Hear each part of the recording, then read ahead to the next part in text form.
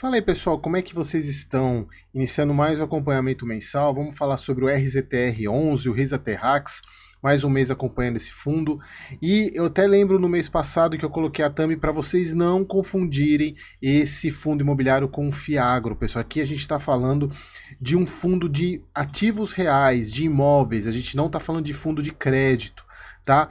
Embora ele pudesse, se ele quiser investir uma pequena porcentagem do seu patrimônio em crédito, mas aqui a gente está falando de um imóvel com fazendas, tá? Ele tem fazendas, tem três tipos de estratégias, né? Que é aquela que ele compra o ativo e dá a opção de recompra para o produtor e arrenda a terra para o produtor, e tem aquelas que ele compra para ele valorizar a terra e fazer o ganho de capital. Então, pessoal, isso aqui é muito importante.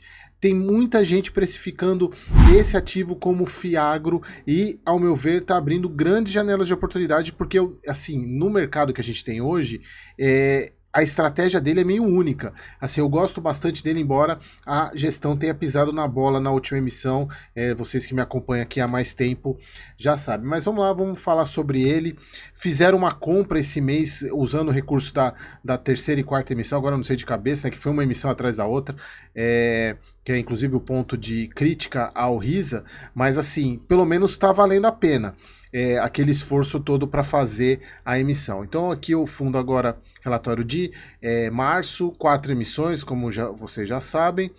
Aumentou o dividend yield, aumentaram, obviamente ele aumentou porque aumentou em 5 centavos o retorno do fundo, até porque ele tem muito recurso em caixa que está rendendo, está tendo receita financeira também.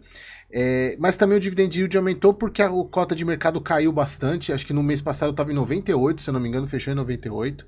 Não aumentou o número de ativos ainda, mas já tem uma compra feita, porque nesse relatório o fato relevante foi publicado depois. A taxa dele ele tá tendo, como se você estivesse investindo num título pré-fixado de 12,78% ao ano, o que é muito bom, muito bom. Tem uma excelente liquidez. Bom, aqui a parte do IFIX, pessoal, de comentários, não tem muito o que falar, a gente já falou bastante, né, sobre isso, como o IFIX fechou março, mas vamos para o agronegócio, que é o foco desse fundo. Então eles colocam aqui que durante o mês de março observaram um grande progresso na colheita de soja, as chuvas registradas no Mato Grosso e em Goiás desempenharam um papel significativo no desenvolvimento do milho e do algodão nas fazendas do fundo, que é o que eu venho falando para vocês, né? Aquela questão de que o que foi previsto não foi tão grave quanto a gente imaginava.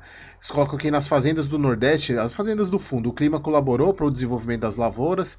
Maranhão e Piauí, a colheita de soja avança nas primeiras áreas semeadas e temos visto produtividades levemente abaixo da safra passada, mas em linha com a média dos últimos anos. Aqui, pessoal, é muito importante a gente falar que, eu até na live que eu fiz com o Tassiano, nessa semana que passou, a gente até comentou sobre isso. Dá a impressão que as pessoas que criticaram o agro parece que conheceram o agro esse ano.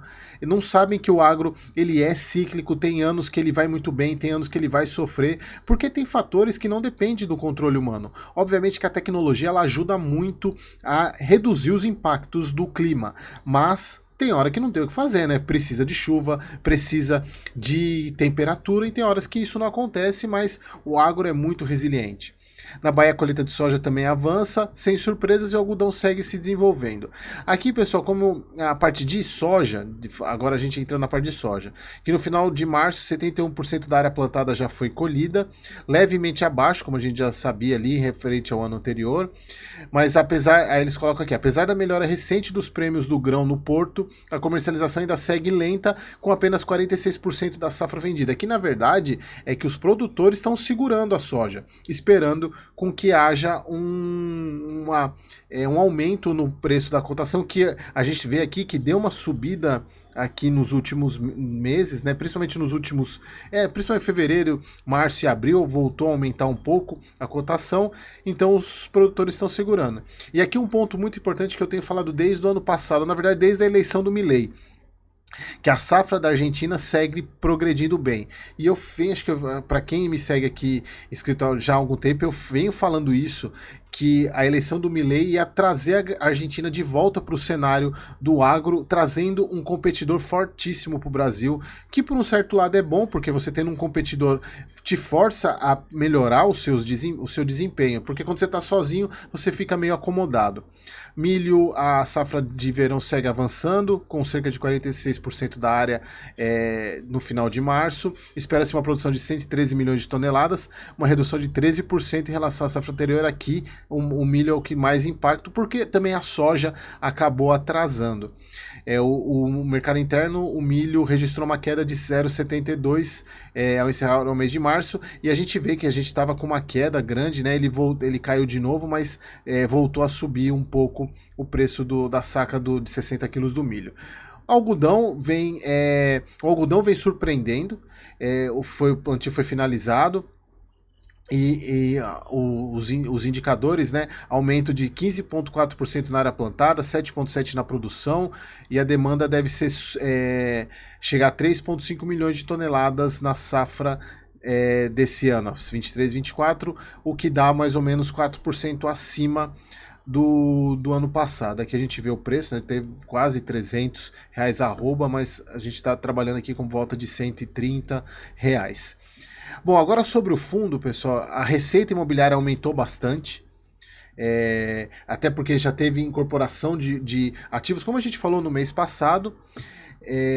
O resultado foi maior, porém ele distribuiu 90 centavos porque ele tem um saldo muito grande a distribuir. Inclusive ele ainda vai receber uma parcela da Fazenda Roma, mas se vocês observarem, comparar a atribuição de performance com o mês passado, o grande diferencial desse mês foi a receita financeira, que é o recurso que está alocado em caixa, mas que já vai sair e vai ser alocado em ativo real. Então o rendimento foi de 90, comparado com o mês passado 85, mas a cota não andou ainda.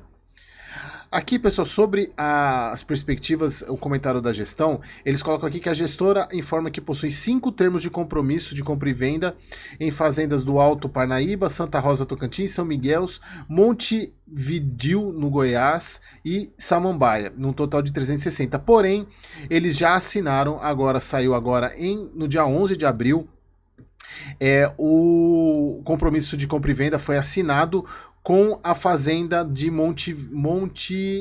Montevidil, no estado do Goiás. Pessoal, eu conversei com algumas pessoas e essa região do Goiás, se eu não, assim, pelo que eu obtive, é uma das regiões com maior PIB do estado. Um baita de uma compra, e pelo que a gente deu uma olhada aqui, o valor do hectare, eles compraram a fazenda bem descontada.